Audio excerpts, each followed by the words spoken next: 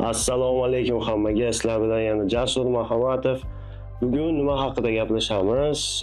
Bugun hammaga kerakli bo'lgan logistikaga kirish haqida gaplashamiz. To'g'ri, sal nutqimda xatolar bo'lishi mumkin. Men qanaqadir spiker yoki orator emasman. Men sizlarga sodda, lo'nda qilib tushuntirishga harakat qilaman.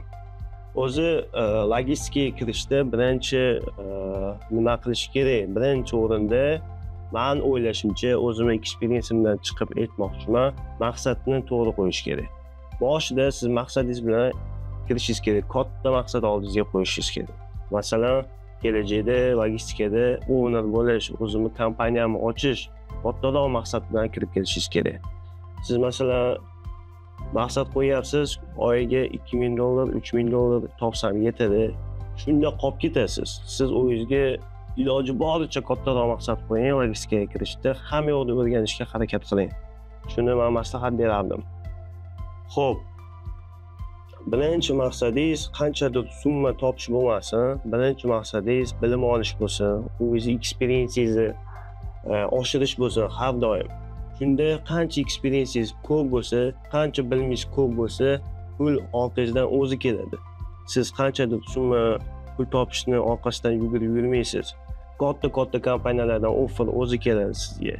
Katta pullar o'zi qo'yilashni boshlaydi. Shuning uchun birinchi o'rinda maqsadingizni to'g'ri qo'ying, bilim olishni maqsad qiling.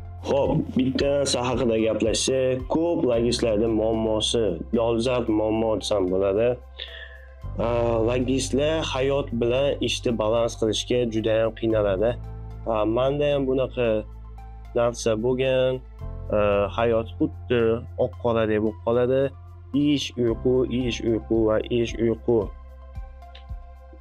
Shuning uchun o'zimdan kelib chiqib ozgina nima bermoqchiman, savet bermoqchiman, qanday qilib hayot bilan balans qilsa bo'ladi. Birinchi o'rinda men hayotimga qo'shgan narsa bu sport. Hop, jimga borishni boshladim va hayotim tubdan o'zgarishni boshladi desam ham bo'ladi. Boshida o'ylaganman, men zalga borsam, ishimda rezultatlarim tushib ketadi, bu menga yomon ta'sir qiladi deb o'ylaganman. Lekin aksincha, faqatgina haftada 3 marta 2 soatdan vaqtingizni ajratsangiz, sizga juda ham katta foyda beradi. Rezultatlaringiz umuman tushib ketmaydi, nabarat o'sadi. Ikkinchi, hayot bilan balans qilishga yordam beradigan narsa bu oila bilan hech bo'lmasa haftada 1 kun, 2 kun vaqt o'tkazish. Oylik kunlari, shanba, yakshanba kunlari. Siz oiladan energiya olasizda, ko'proq yana keyingi haftani ko'proq motivatsiya, ko'proq energiya bilan boshlaysiz. Bu sizni produktivnostga, effektivnostga juda ham katta yordam beradi. Qanday qilib logistikada to'xtab qolmaslik haqida gaplashsak. Logistika bu shunaqa sferaki, ko'pchilik komfort zonaga tushib qoladigan sfera. Juda ham oson logistikada komfort zonaga tushib qolish juda ham oson. Chunki boshqa sferalarga qaraganda yaxshi daromadga chiqish ham tezroq. Shuning uchun odam qachonki o'zini rasxodlariga, o'zini ehtiyojlariga yarasha pul topishni boshlaganda, sirazu komfort zonaga tushib qoladi. Menda ham shunaqa bo'lgan, komfort zonaga tushib qolganman.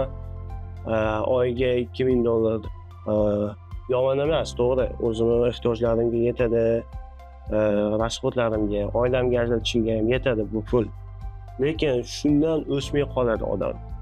Shu rasxodlarni qoplashga yetarli darajada pulga chiqib olgandan keyin odam o'zini ustida ishlamay qo'yadi va shu joyda bitta etapda qotib qoladi logistikada. Kunga keladi, ishga keladi, bir xil ish qiladi, o'zini ustida ishlamaydi va bir xil oilada qotib qoladi. Bu komfort zonadan iloji boricha tezroq chiqib ketishga harakat qilinglar. O'zlaringiz ustingizda ishlanglar. Qachonki o'zlaringiz ustingizda ishlab, yangiliklar qilib, qaniydir yangi narsalarga qiziqib, o'zlaringizdan ko'ra kuchliroq odamlarni analiz qilib, ulardan o'rganishni boshlasanglargina komfort zonadan chiqasizlar. Bo'lmasam kunlik bir xilda o'tib ketaveradi. Komfort zonada qolib ketasizlar. $2000gami, $1500gami chiqdinglarmi? O'zingizlarni ustingizda ishlashdan to'xtagan kuningizda uje komfort zonadasizlar. Uje u yog'iga o'smaysizlar, oyliklaringiz ham o'smaydi. Bu logistikada eng muhimi, masalan, keyingi darajaga chiqish uchun o'zingizlarni ustingizda ishlab, yangi brokerlar bilan отношениялар tuzib, o'zinglardan ko'ra kuchliroq odamlarni analiz qilib, ular qanday ishlayapti. Nimaga men $1,500 topmayapman, lekin boshqasi $10,000 topyapti. Nima uchun? Undan nimam kam? Shu odamlarni ko'rib, qanday ishlayapti, qanaqa yuklar olyapti, hammasini analiz qilishni boshlab va hard work qilib, disiplina bilan ishlashni boshlaganlaringda sizlar уже komfort zonadan chiqishni boshlaysizlar va yangi urovingga chiqishni boshlaysizlar. Shundagina sizlarda $1,500, $2,000 qotib qolmaysizlar. Yana ham traklaringiz ko'payadi. Traklaringiz ko'paygandan keyin oylik maoshingiz ham ko'proq bo'ladi va financial freedomga chiqishingiz ham tezroq bo'ladi. Logistikada oldingi aytganimdek juda ham qiziq narsalar ko'p, juda ham departamentlari ko'p. Buni o'rganaman desangiz, informatsiya juda ham ko'p. Kundan kunga yangilanib ketyapti, yangidan yangi avtomatlashib ketyapti. Yangidan yangi narsalar chiqyapti.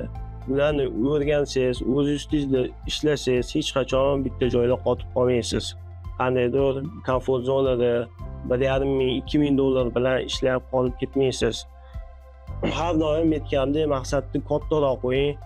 Har doim kompaniya ochishga harakat qiling, owner bo'lishga harakat qiling. Shunaqa katta maqsad qo'ysangiz, shunga yarasha o'zingiz ham intilasiz. Xo'p, hozir haydovchilar haqida ozgina informatsiya berib ketmoqchiman. Haydovchilarning har xil turlari bor. Bu company driver, owner operator va lease owner operator. Company driverlar asosan har bir yurgan mayl uchun yoki общий topilgan puldan protsent olishadi. Owner operatorlar bu o'zini shaxsiy traklari bor, shaxsiy furalari bor, haydovchilar hisoblanadi. Ular kompaniyaga o'zlari foiz to'lashadi. Endi men nima demoqchiman? Haydovchilar bilan har doim dispetcher yaxshi munosabatda bo'lishga harakat qilish kerak. Ular bilan professional darajada ularni ham bir tomondan o'ylab decisionlar qabul qilish kerak bo'ladi. Bir xilgi paytlarda shunaqa situatsiyalar bo'lib qoladi. Dispetcher o'zini o'ylab, haydovchini o'ylamasdan yuk bermasligi mumkin. Shu tarafdan o'ylaylar, haydovchilarning ham o'zini oilasi bor. Ular ham ishlagani kelgan, qandaydir pul topgani kelgan. Shu tarafdan haydovchilarni ham o'ylasanglar, ular sizlarga hech qachon zarar olib kelmaydi. Naborot, ko'proq do'stlarini chaqiradi, siz bilan ko'proq yillar ishlaydi. Haydovchi bilan yaxshi munosabat qurish bu juda ham muhim narsa. Siz bilan kerak bo'lsa yillar davomida ishlaydigan haydovchilar bor. Shuning uchun ularni ham odam o'rnida ko'rish kerak deb o'ylayman. Ularga qandaydir o'zingizga ozgina zarar bo'lsa ham ularga foyda qilib berish kerak. Shunaqa vaziyatlarda bu sizga har doim 2 barobar, 3 barobar bo'lib qaytib keladi. Hammaga rahmat.